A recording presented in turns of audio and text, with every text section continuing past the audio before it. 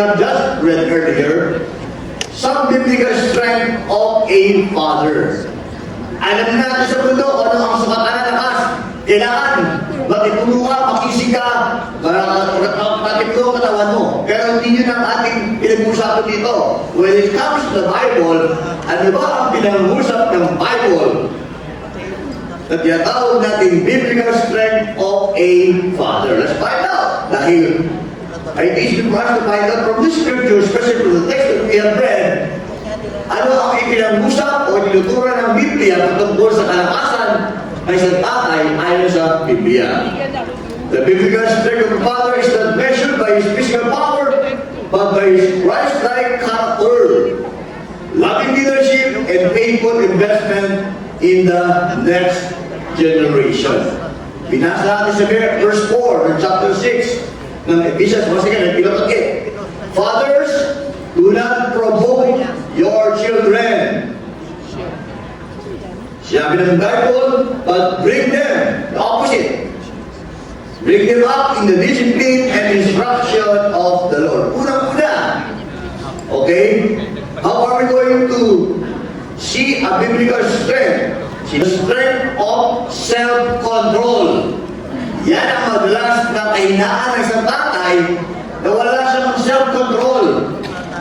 Ang lakas na sa pisikal, pero pagdating sa control, ng init na kanyang ulo, wala na sa control. Ayan po. Yan na po. Pag bumulalas na ang galit, ang tunay na kalakasan ay masasabi natin, ay nako, malakas talaga yan. May self-control, hindi ba sila lang? Self-control. Ang tunay na malakas na tatay ay kaya bigyan ng galit o init ng ulo. Pag-iwas sa masakit na salita at kabigatan ng kamay. Ano yung mga ito? Oo, yun ang talagang sinasabi ng Biblia. Dahil sabi, do not provoke your children. Minsan, may mga tatay nila ba? Buti nila. Ito sa opinion nila ito. Mga tatay nito ay talagang godly, agree? Amen. Hindi padalos-dalos.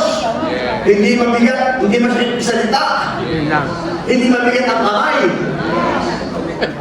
Sabay naman sa amen.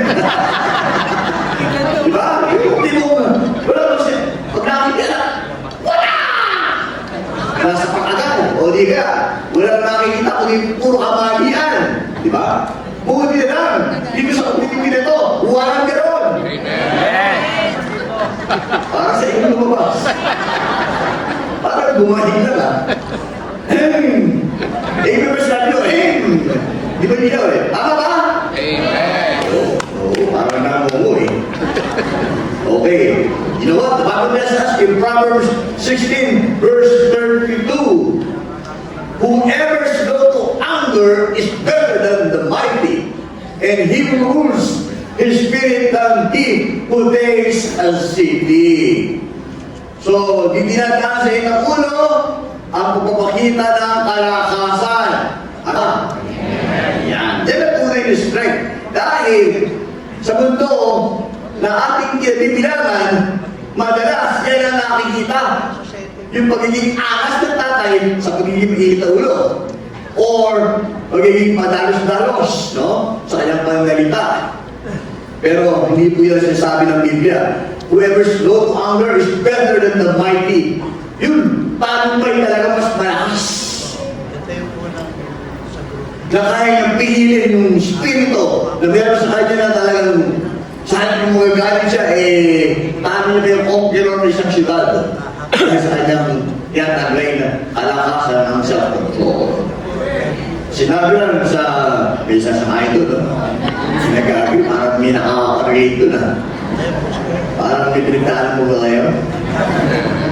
Proverbs 25, verse 28, a man without